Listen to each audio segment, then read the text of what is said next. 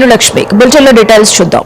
మహారాష్ట్రలోని గడ్చిరోలీలో జరిగిన భారీ ఎన్కౌంటర్ లో 10 మంది మావోయిస్టులు మృతి చెందారు. మృతుల్లో కామారెడ్డి జిల్లాకు చెందిన లోకేటి చంద్రరావు అలియాస్ ప్రభాకర్ తో సహా 7 నక్సల్స్ మృతి చెందారు.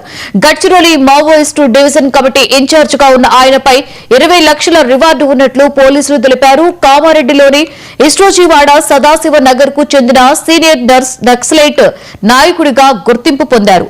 ఉమ్మడి జిల్లా దళ కమాండర్, జిల్లా కమిటీ సభ్యుడు, జిల్లా కార్యదర్శిగా లోకేట్ చంద్ర పనిచేశారు.